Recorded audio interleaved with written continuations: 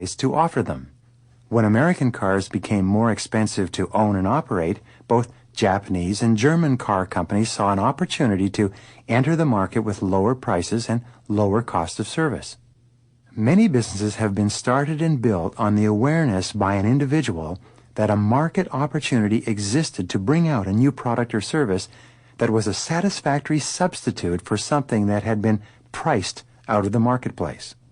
For example, you probably remember that when oil prices became too high, people began thinking seriously about using propane in automobiles and using solar and wind energy to generate electricity, and even cutting back on energy usage in a household. All of these were acts of substitution for what had become an expensive product or commodity. In the final analysis, in economics, the reality principle rules all. See the world as it is, not as you wish it could be. Accept economic laws as facts of life, not problems or difficulties to be wrestled with or resolved.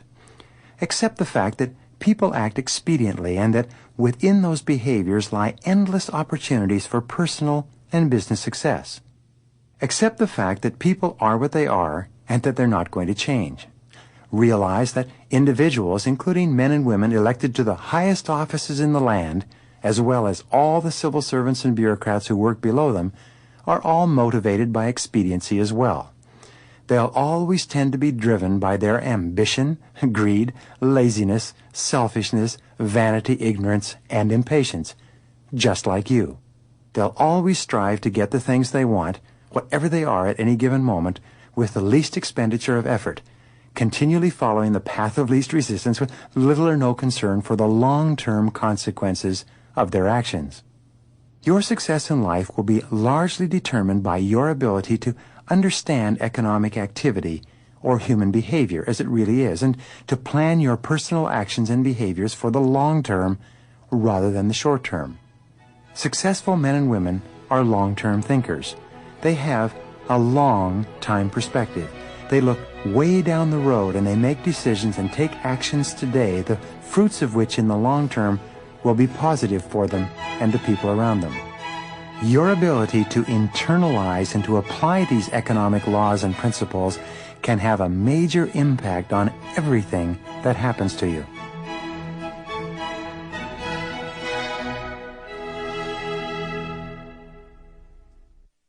Form of intelligence in our society, the one that pays the most and the one that will make you the happiest, is called social intelligence.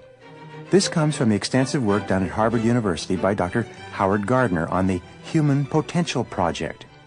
In his book, Frames of Mind, he explains that there are several different forms of intelligence, but that only mathematical and verbal intelligence are ever measured during your years at school. He points out that there is also artistic intelligence and musical intelligence, athletic or physical intelligence, and scientific intelligence. His conclusion on intelligence is quite remarkable. He suggests that everyone has a unique combination of different intelligences that make him or her exceptional and capable of performing in a superior fashion if their combination of intelligences and abilities are matched to their tasks and activities. What we'll focus on in this session is social intelligence, or the ability to interact, communicate, negotiate, and compromise effectively with other people. Since your interactions with others account for perhaps 85% of your success and happiness in life, it's well worth your while to do everything possible to improve these skills.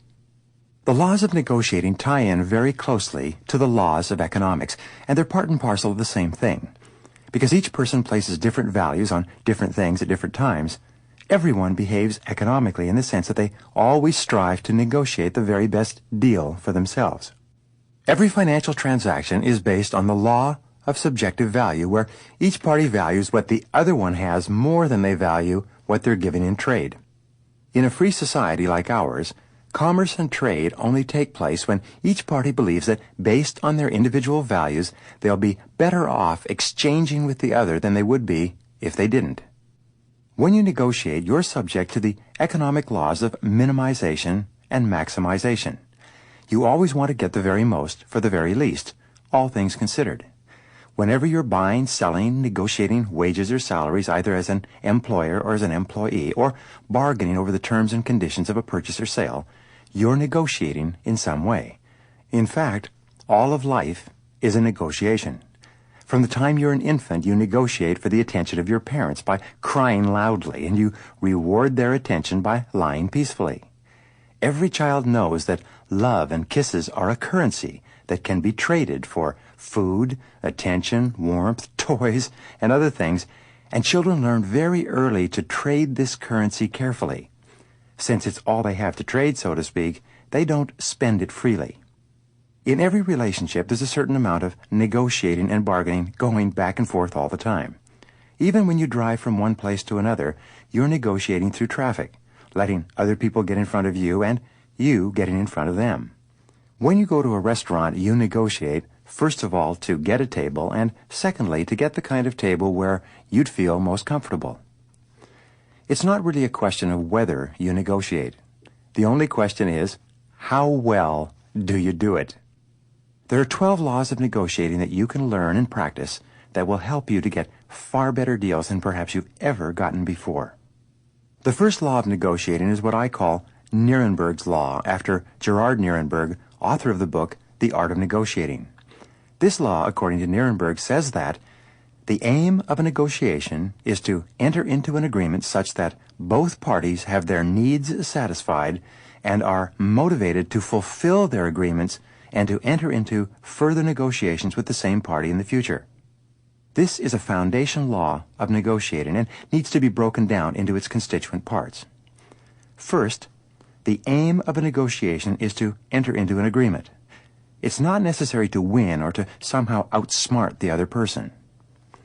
The second part says, such that both parties have their needs satisfied. This means that an agreement where one or the other party feels that he or she has lost does not fulfill the basic requirement of a successful negotiation. The law then goes on to say, and are motivated to fulfill their agreements and enter into further negotiations with the same party in the future.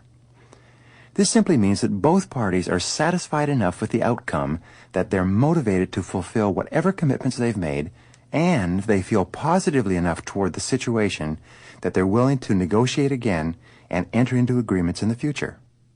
The second law of negotiating is what I call Covey's Law, after Stephen Covey, who discusses negotiating in his book and his audio tape series, 7 Habits of Highly Effective People, which says, in every ongoing negotiation, you should aim for a win-win solution or no deal.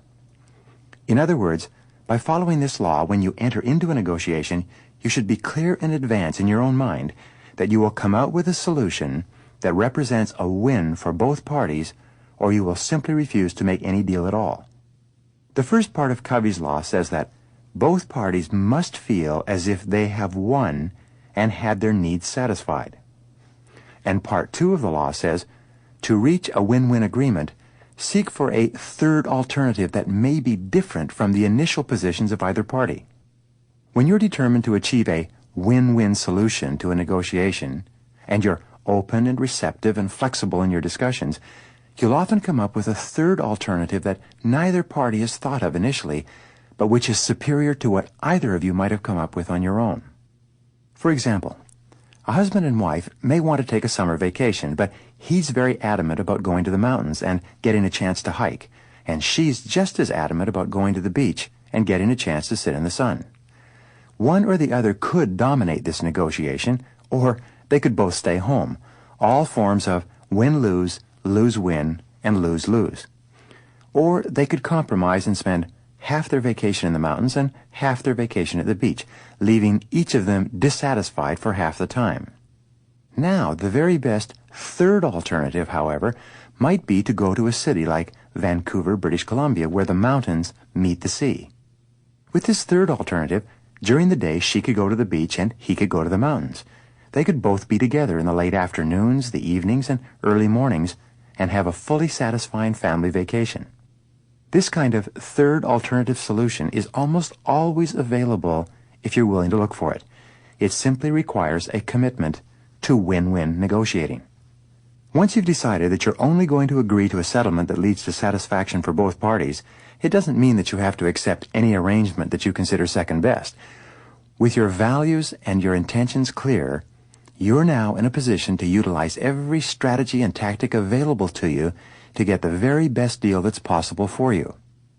The third law of negotiating is what I call Cohen's Law, which comes from the book You Can Negotiate Anything by Herb Cohen, one of America's finest writers and speakers on the subject. His law is simply, everything is negotiable. When you look at life as one long, extended negotiating process, you find that almost every situation contains elements that you can negotiate to improve your personal level of satisfaction. The first part of this law says that established prices are just a best guess estimate of what the customer will pay. This means that asking prices are only loosely connected to reality. The cost of manufacturing and marketing a particular product or service has very little to do with the price that's put on it. Price is arbitrary and merely reflects someone's opinion of what the market will bear. The second part of this law says that any written price was written by someone and can be changed by someone. For example, I went into an expensive men's clothing store some years ago and looked at a beautiful $500 cashmere overcoat that had been marked down to $350 and which was prominently displayed on sale. I asked the sales clerk if they would sell that coat for $250. The clerk told me that was impossible. No one ever negotiated prices in this kind of store. What was written on the tag was the price, and it couldn't be changed. Well, I realized immediately that I was dealing with a person who had no authority, so I very politely wrote down the amount, $250, on the back of my business card and told him to give it to his manager, who was out for lunch at the time. My offer would stay open until 3 p.m. that afternoon. Then I went back to my office. At 2:30 p.m., the telephone rang, and a very surprised sales clerk told me that he had gone to his manager, and his manager had agreed to accept the amount of $250 for the cashmere coat. Even the sales clerk was astonished because he had no idea that everything is negotiable. The fourth law of negotiating is what I call Dawson's Law, which I've named after my friend Roger Dawson, and which comes from his best-selling audio program, The Secrets of Power Negotiating. Dawson's Law states that you can always get a better deal if you know how. Dawson's first comment on this law is, if you want a better deal, ask for it. The word ask is the most powerful word in the entire process of sales and negotiating. Most people are so paralyzed by the fear of rejection and disapproval that they're afraid to ask for anything out of the ordinary. You'll be quite astonished at the good deals you can get by simply asking for a lower price if you're buying and asking for a higher price if you're selling. For example, one of my seminar participants is a real estate salesman who goes out and looks at homes that have come in the market. Whatever the asking price, he offers 50 to 60% of that amount, and he offers cash with a very short time limit on the offer. Now, he gets turned down dozens of times. However, every so often, because of the seller's circumstances, the seller will accept his offer. He can then get a first mortgage for more than he's agreed to pay, which he promptly does, and then he either rents the house or resells it at a higher price. And his secret is simple. He simply asks people to sell him their houses at far lower prices than anyone else could ever imagine. Roger Dawson's second comment on this law is that whatever the suggested price, react with disappointment and despair. Roger Dawson suggests that you flinch no matter what the price or the offer. Appear as if you're in extreme pain and then ask, is that the best you can do? And remain perfectly silent. Very often when you ask a person how much an item is and you flinch when they give you the price, they'll lower the price immediately. Roger Dawson's third comment on this law is, always imply that you can do better somewhere else. There's nothing that causes a seller's price to drop faster than for you to tell him that you can get the same item cheaper from another source. The fifth law of negotiating is the law of 4. It says that in any negotiation there are usually 4 main issues to be decided upon. The first part of the law of 4 says that 80% of the content of the negotiation will revolve around these 4 issues. This law of 4 and this factor of 80% turn out to be true in almost every case. I've spent 2 or 3 days negotiating a 40 to 50-page agreement full of clauses and subclauses and different details and terms and conditions, and at the end found that most of the discussion and the most important points of the negotiation revolved around 4 basic items. The second part of the Law of 4 says that of the 4 main issues in any negotiation, 1 will be the main issue and 3 will be secondary issues.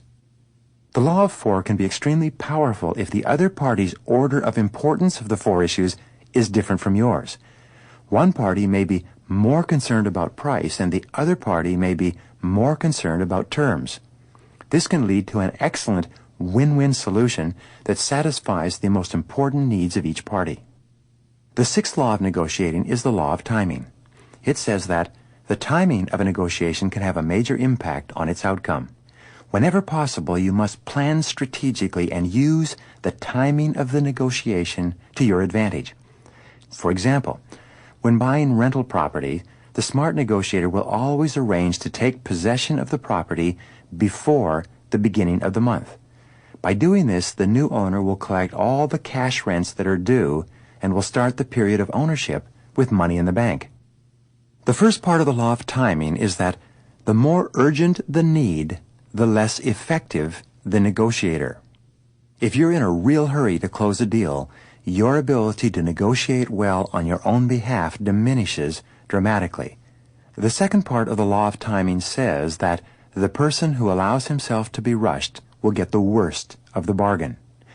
You must be very alert to the fact that this is a well-known truth, and many people will try to get the best of you by running out the clock to the point where you absolutely have to have what you've discussed and agreed upon, and you often have to accept less than you had originally bargained for.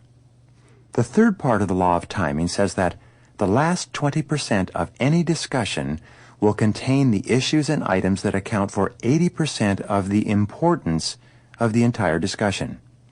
It always seems to be at the very end of a negotiation that the critical elements are resolved and agreed upon.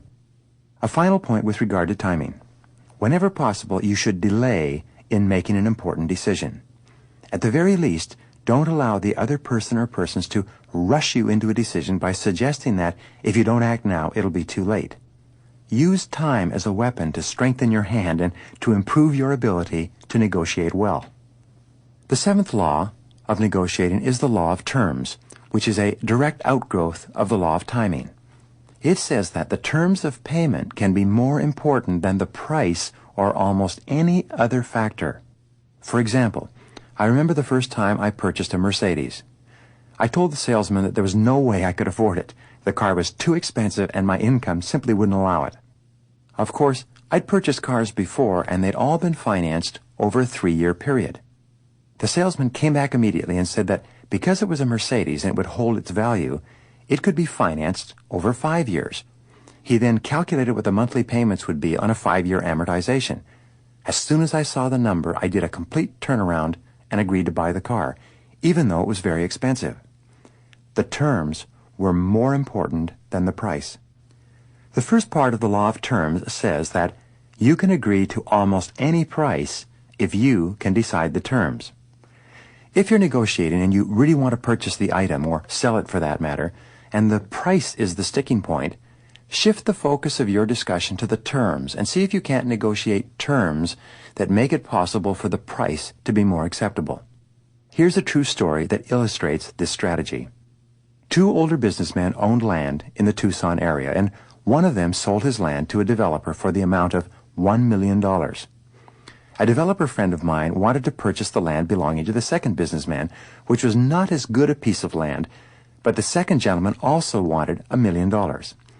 As a matter of pride, he didn't feel he could accept less than his friend had received for his land, even though the properties were quite different. In negotiating the terms, however, it turned out that the seller didn't need the proceeds from the land. In fact, they would harm his tax position. He was going to leave the land to his children and grandchildren anyway. So my developer friend agreed to pay $1 million for the land, but to spread the payments at a low rate of interest over a period of 20 years. On that basis, the real cost of the land was considerably less, but everyone ended up happy and satisfied. The terms were more important than the price. The second part of the law of terms says simply that you should never jump at the first offer. Even if the first offer is everything you could possibly ask for, don't accept it. Act just a little disappointed. Ask for time to think it over. Ponder the offer carefully. Realize that no matter how good the first offer is, it just means that you can get an even better deal if you're patient. The eighth law of negotiating is perhaps the most important of all. It's the law of preparation. It states that fully 80% of your success in any negotiation will be determined by how well you prepare in advance. I've said before that action without planning is the cause of every failure. Well, negotiating without preparation is the cause of just about every poor deal that you ever get. The very best negotiators are the ones who take the time to prepare the most thoroughly and to think through the situation completely before the negotiation begins. The first part of this law could be called Janine's Rule, from Harold Janine, the president of IT&T, during the period when it grew into an international conglomerate composed of more than 150 companies.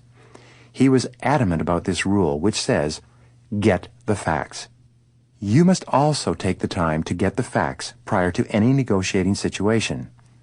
Avoid the tendency to accept superficial answers or incomplete numbers.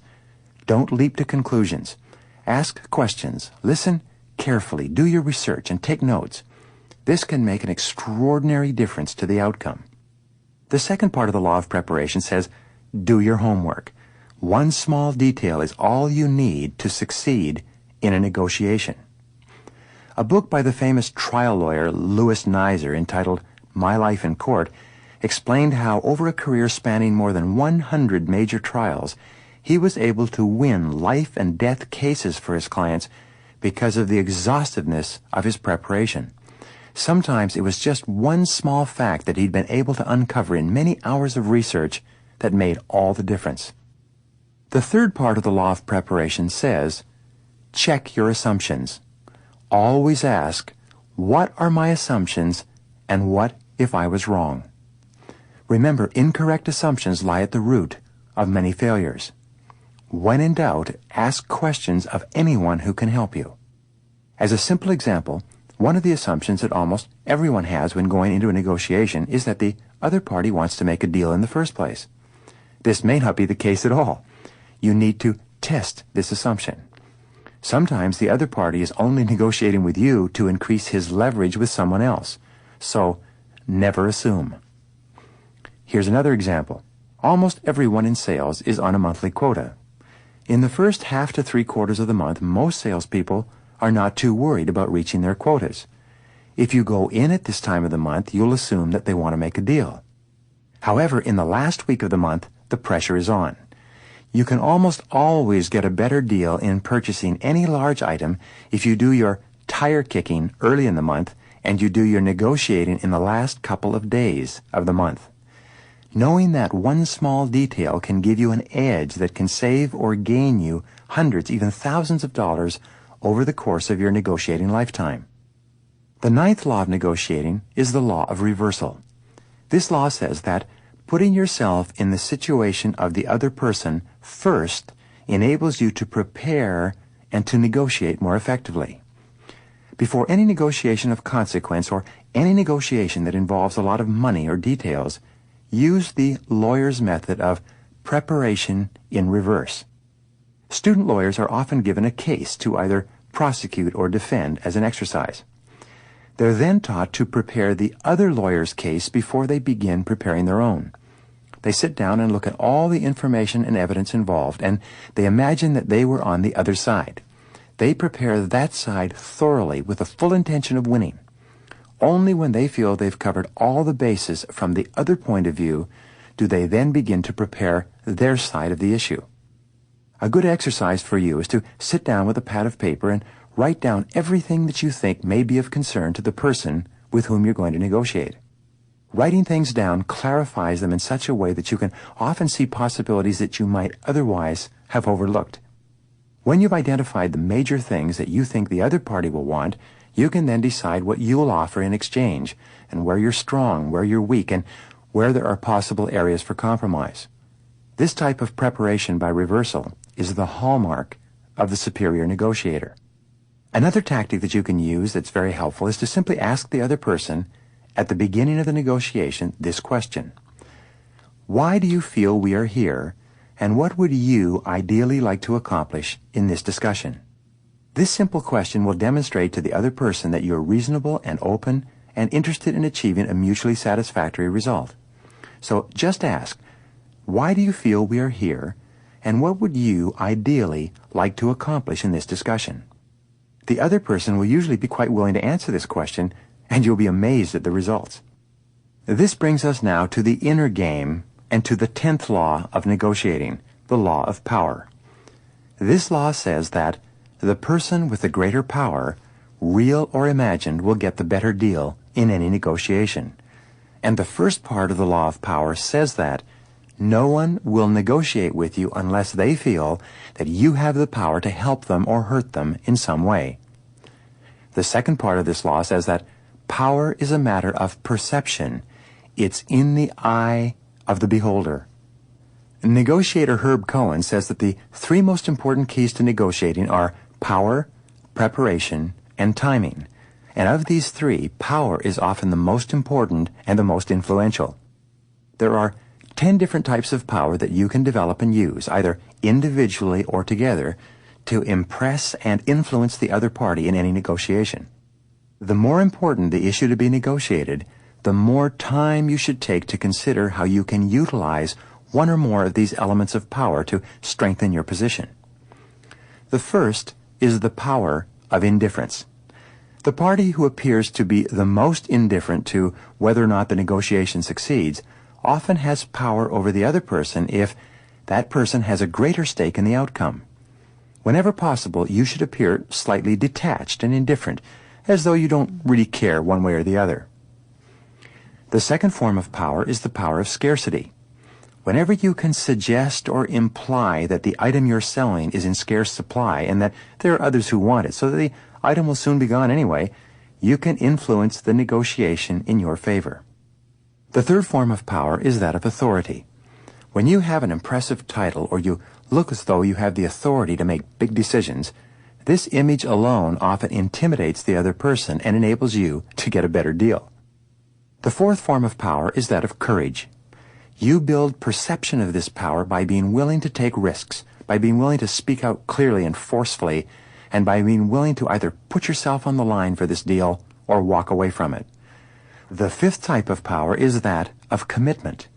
When you appear totally committed to success in an enterprise, you radiate an aura of power that often causes people to cooperate with you and go along with you. The sixth form of power you can develop is that of expertise. The power of expertise comes from your making it obvious that you're extremely well informed on the subject under negotiation. A person who is perceived as an expert in any situation has power over those who don't feel as knowledgeable. The seventh form of power you can create is called the power of knowledge of the needs of the other. The more time that you take to find out exactly the situation of the other person, the more power you have in the negotiation. The eighth form of power is that of empathy. Human beings are intensely emotional in everything they do and say, and when they feel that the person they're negotiating with also has a high level of empathy with them and with their situation, they're much more likely to agree to something that's more beneficial to the negotiating party. By the way, every study of top negotiators shows that they are highly empathetic, low-keyed, solution-oriented, and pleasant individuals to do business with. The picture of the tough-talking negotiator is largely fictitious. Good negotiators are very nice people, and they make it clear from the beginning that they really care about reaching an agreement that everyone can live with. The ninth form of power that you can develop in negotiating is that of rewarding or punishing. When the other party perceives that you have the capacity to help them get something they want or to withhold something from them, they're often far more cooperative. And the 10th form of power is the power of investment, either of time or money or both. When you make it clear that you've invested a lot in the issue under negotiation, It gives you a form of power that you wouldn't have had if you had spent less time and effort. And if you know that the other person has invested a lot in the negotiation, it also gives you power. For example, when I purchased my current house, I sat down with the owner and told him personally that my wife and I had looked at more than 150 houses, and this was the first house that we decided to make an offer on. Now, even though the seller had only had the house on the market for a few weeks, he recognized immediately that we were serious, and he negotiated with us in a serious way, leading ultimately to a satisfactory sale for him and a satisfactory purchase for us. If we'd told him that this is one of the first houses we looked at, his attitude might have been completely different. In any case, your choice in negotiating is either to be influenced or to influence the other party. The more of these elements of power that you can bring to bear in a negotiation, the more persuasive and effective you will be. The 11th law of negotiating is the law of desire. It states that the person who most wants the negotiation to succeed has the least bargaining power. The first part of the law of desire says then that no matter how badly you want it, you should appear neutral or only mildly interested. The more important it is to you, the more important it is for you to appear unemotional, unaffected, and unreadable. Don't smile or appear really interested in any way. The second part of the law of desire says that the more you can make the other party want it, the better deal you can get. This, of course, is the essence of successful selling. Desire is a critical element. For example, Chinese jade dealers were famous for showing one item of jade jewelry at a time to a prospective customer. The Chinese, by long custom, would keep their faces completely unemotional and unreadable.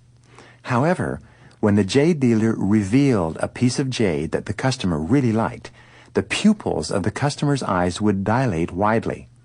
The jade dealer would be watching carefully for this, and when he saw the pupils dilate, he knew which item the customer wanted most and which item to negotiate on the hardest. The 12th law of negotiating is the law of reciprocity, which states that you are strongly motivated to pay people back for anything that they do for you. This law of reciprocity is one of the most powerful of all subconscious drives. There is within each person an intense desire to be even with others. If a person does something nice for us, we feel that we're under an obligation, and we seek every opportunity to do something nice back so that we can even the score. This law of reciprocity is most obvious in negotiating when the issue of concessions comes up. The first part of this law says that the first party to make a concession will be the party who wants the deal the most. You must therefore avoid being the first one to make a concession, even a small concession. Instead, remain silent. The first party to make a concession will tend to be the person who will go on to make additional concessions, and most purchasers or sellers are aware of this and recognize it, so be careful. The second part of the law of reciprocity says that every concession you make in a negotiation should be matched by an equal or greater concession by the other party.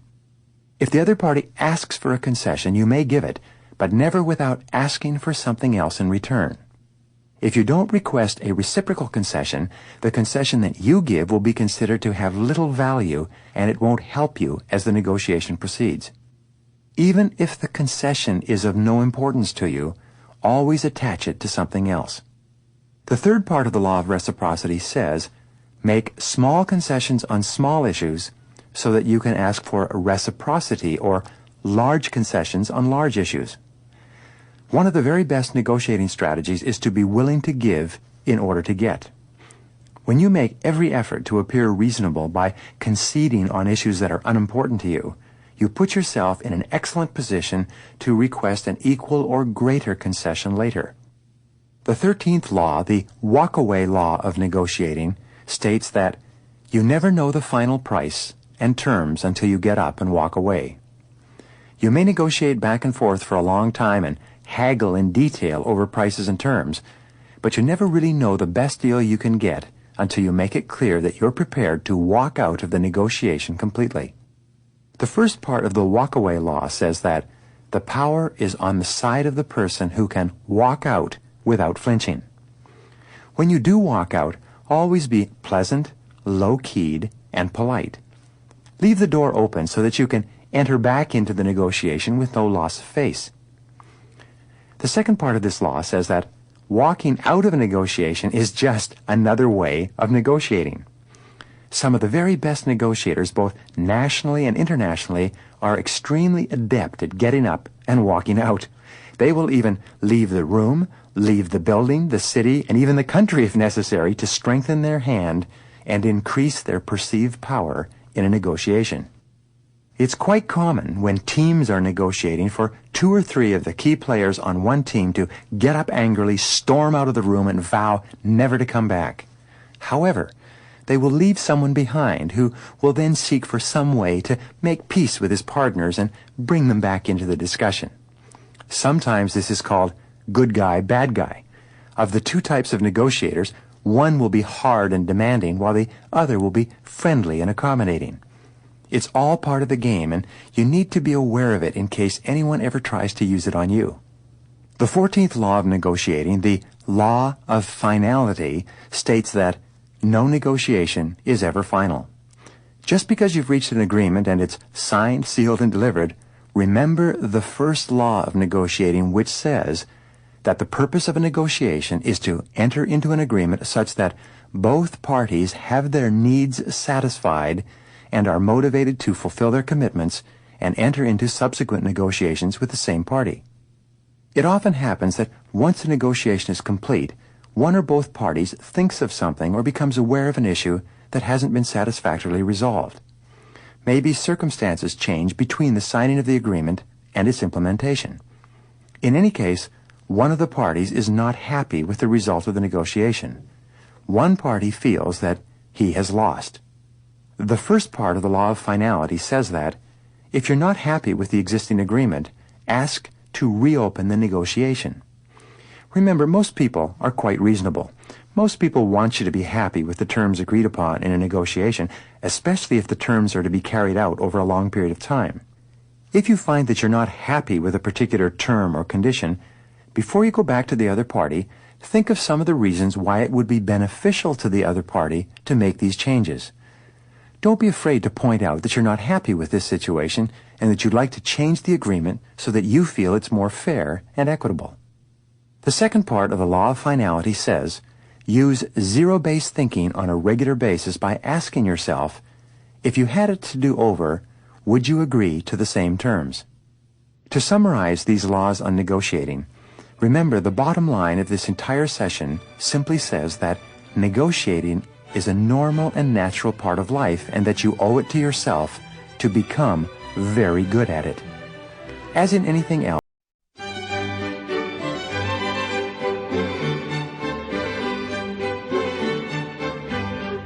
one of the major ingredients of happiness and one of the most important needs that you must satisfy is the need to obtain enough money so that you don't need to worry about money. I spoke earlier about the law of cause and effect and its sub-law, the law of belief. There's perhaps no other area where these laws are more in evidence than in the acquiring and keeping of money. Hundreds of thousands of men and women have started with nothing or even deeply in debt and achieved financial independence. Their attitudes and behaviors have been studied extensively, so we now know the causes of financial freedom better than ever before. And your most cherished beliefs on this subject of money will be the primary determinants of how much you get and how much you keep over the course of your working lifetime. One of the deepest needs of human nature, as you know, is to feel financially secure and safe. You can only free yourself from the fear of poverty and failure by achieving a certain financial estate and then by building a fortress around it so that you're safe and impregnable. This achievement of financial independence must be one of your primary duties and responsibilities because no one else will do it for you. I've said before that money is a deficiency need in that when you have enough, you don't think about it, but when you have too little, you think of nothing else. Money problems are the primary reason for marital breakdown, for business collapse, for the ruination of friendships, and for psychosomatic illnesses of all kinds. The reality principle, or the law of reality, holds true with regard to money. You remember this principle, which states that you must deal with life as it is, not as you wish it were or could be. Many people live in a world of self-delusion, where they wish and hope and pray about certain subjects and goals which they know, deep in their hearts, will never materialize. Perhaps the most common difficulty that people have in obtaining financial independence is a deep-seated belief that somehow money is wrong, and that people who have a lot of it are inherently evil. This belief isn't based on any factual foundation, but goes back to early childhood conditioning, when the growing child is often convinced of this idea because of other people's desire to rationalize away their own financial failures. For example, when my wife and I got married, her entire family attended the wedding, as did my employer, a man worth more than $500 million. All their lives, the members of my wife's family had been led to believe that poverty was a virtue, and by extension, financial success was somehow unclean or evil. They were astonished to find that my employer, the richest man that they'd ever met or even heard of in their whole lives, was devoutly religious.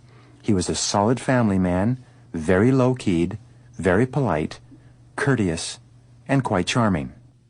It took them months, even years, to readjust their thinking because they'd been led to believe that anyone with that kind of money must be bad in some way. The fact is that money is good, and it's largely attracted to good people who are good with it. Money tends to flow toward those people who can use it in the most productive way to create goods and services and employment and productive activities that benefit many others. At the same time, money flows away from those who use it poorly or who waste it non-productively. Money is very much like a lover. It must be courted and coaxed and flattered and treated with care and attention. It gravitates toward people who respect it and value it and are capable of doing worthwhile things with it. It flows through the fingers of people who don't understand it or take proper care of it. Sometimes people say that they're not very good with money. Being good with money is a skill that anyone can learn through practice. Usually, saying that one isn't very good with money is merely an excuse or a rationalization for the fact that the person is not very successful with money. The person who says this hasn't learned how to acquire it or to hold on to it. The starting point of accumulating money is for you to begin to believe that you have an unlimited capacity to obtain all the money that you'll ever need. Look upon yourself as a series of financial opportunities just waiting for a place to happen. Money buys freedom. Money gives you choices and enables you to live your life the way you want to live it. Money opens doors for you that would have been closed in its absence. But just like anything, an obsession with money can be hurtful. Even the Bible says, the love of money is the root of all evil. It doesn't say that money is the root of all evil. It says that the love of money is the root of all evil. It's the preoccupation with money to the exclusion of the really important things in life that is the problem, not the money itself. Money itself is neither good nor bad. It's only the way that it's acquired and the uses to which it's put that places any value on money at all. There are 13 laws of money that you can apply to acquire and to keep more of it in your life. The first is the law of abundance. This law states that there is an ample supply for everyone who really wants it and who obeys the laws of cause and effect as they apply to money. The law of abundance is another way of saying that there's plenty of money around and available to you. There's no real shortage. You can have virtually all you want and need. The first part of the law of abundance says that people are rich because they decide to be rich. You can also say that they're rich because they believe they have the capacity to become rich, and in so believing, they take the necessary actions that turn their beliefs into realities. The second part of this law is that people are poor because they haven't yet decided to be rich. In the book, The Instant Millionaire by Mark Fisher, he asks the question, why aren't you rich already? However you answer this question will reveal a lot about yourself. Your answers will expose your self-limiting beliefs, your doubts, your fears, your excuses, your rationalizations, and your justifications. So, why aren't you rich yet? Whatever your answer is, and you should write down your answers on paper, it's up to you to make a plan to remove the obstacles between you and the amount of money you wish to acquire. The second law of money is the law of exchange. It states that money is the medium through which people exchange their production of goods and services for the goods and services of others. Before there was money, there was barter. In barter, people exchanged goods and services directly for goods and services without the medium of money. As civilization grew and barter became too clumsy, people found that they could exchange their goods and services, what they produced, into a medium like coins, which they could then exchange for the goods and services of others, thereby making the whole process more efficient. Today, we go to work and exchange our work for money, which we then use to purchase the results of the work of other people. The first part of the law of exchange says, money is a measure of the value that people place on goods and services. In the laws of economics, I describe the law of subjective value, and the fact that it's only what a person will pay of their own money, which represents their efforts, that determines the value of something. Every item for sale is priced based on what that person will exchange for it. The second part of this law says that your labor is considered a factor of production or a cost by everyone else. We each have a tendency to look upon the sweat of our brow or our work as something special because it's so intensely personal. However, we can't place a value on our own labor. The third part of this law then says that it's only what other people are willing to pay for our labor in a competitive marketplace that determines what we're worth. Earl Nightingale once said that you will always be paid in direct proportion to the work you do, how well you do it, and the difficulty of replacing you. The quantity and quality of your contribution, in comparison with the contributions of others, and the value that people place on those contributions will determine exactly how much you're paid. The fourth part of the law of exchange says that money is an effect, not a cause. Your work or contribution to the value of a product or service is the cause, and the wage, salary, or earnings that come out is the effect. If you wish to increase the effect, you have to increase the cause. I'll talk about this more a little bit later in the program. The fifth part of the law of exchange says that to increase the amount of money you're getting out, you must increase the value of the work that you're putting in. To earn more money, you must increase your knowledge, or increase your skill, or improve your work habits, or work longer and harder hours, or work more creatively, or do something that enables you to get greater leverage from your talents. Sometimes you have to do all of these together. The highest paid people in our society are those who are using more of these factors in coordination to dramatically add value to the work that they're doing. The third law of money is the law of capital, which states that your most valuable asset in terms of cash flow is your physical and mental capital, your earning ability. You may not even be aware that your ability to work is the most valuable asset that you have. By utilizing your earning ability to its fullest, you can pump literally thousands of dollars per year into your life. By applying your earning ability to the production of valuable goods and services, you can generate sufficient money to pay for all the things that you want and more besides. The amount of money that you are paid is a direct measure of the extent to which you've developed your earning ability so far. The first part of the law of capital says that your most precious resource is your time. Your time is really all you have to sell. How much time you put in and how much of yourself you put into that time largely determines your earning ability. Poor time management is one of the major reasons for underachievement and failure in almost every industry in America. The second part of the law of capital says that time and money can be either spent or invested. To a certain degree, your time and your money are interchangeable. You can spend your money to save time, or you can spend your time to save money. You can spend your time or money, in which case they're gone forever, or if you choose, you can invest either your time or your money, or both, and get a return on your investment. One of the smartest things that you can do is to invest 3% of your income or more every month and 1 hour of your time every day into increasing your earning ability and into building your human capital. This commitment to personal and professional development will pay off for you in greater measure than you can believe. Your return on the investment of your time and money into yourself can be absolutely extraordinary.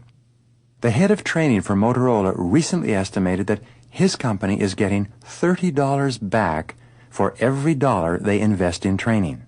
He says that it's the highest payoff use of time and money that the company can engage in, and they're increasing their expenditures to 4.8% of gross sales to invest in training. Therefore, the third part of the law of capital says that one of the best investments of your time and money is into increasing your earning ability. The fourth law of money is the law of time perspective.